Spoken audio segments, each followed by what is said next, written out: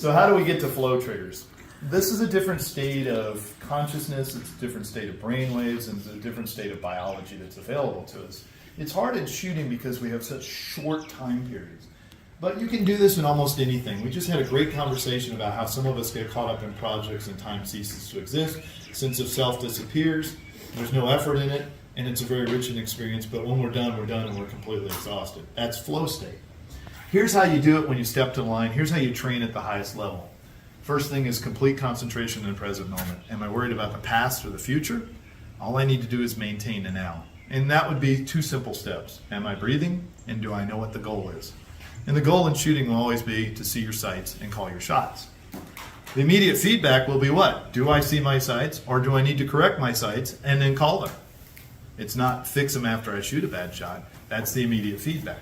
Part of the problem in shooting is that we shoot the gun, look to the target, see if we hit it, and then come back to the gun. It's a very bad methodology because it costs you 3/4 to a second and a half. And if somebody's wearing a shirt and you actually have to fire a shot on them, there will be no targets marked accordingly. So it's the incorrect input. We need to get feedback from shot caller. Next one is we have to have a clear goal. Clearly said at the beginning of this, see your sights, call your shots. Don't say fast or slow. Don't say I'm going to try hard. Don't say I'm going to try a little bit.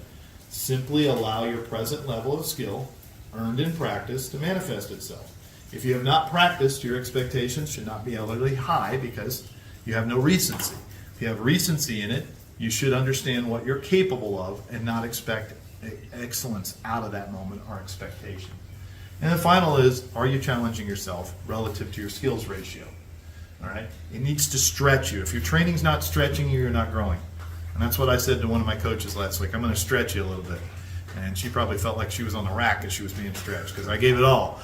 All right? But she can take a high level of stretch, and everybody around me can, because they want to grow, they want to get better. Maybe 20% for some of you, maybe 4%. But if it doesn't challenge you, there's no reason to do it. And you can always change the challenge by one of 2 principles. Does it need to be more accurate, or does it need to be more timely?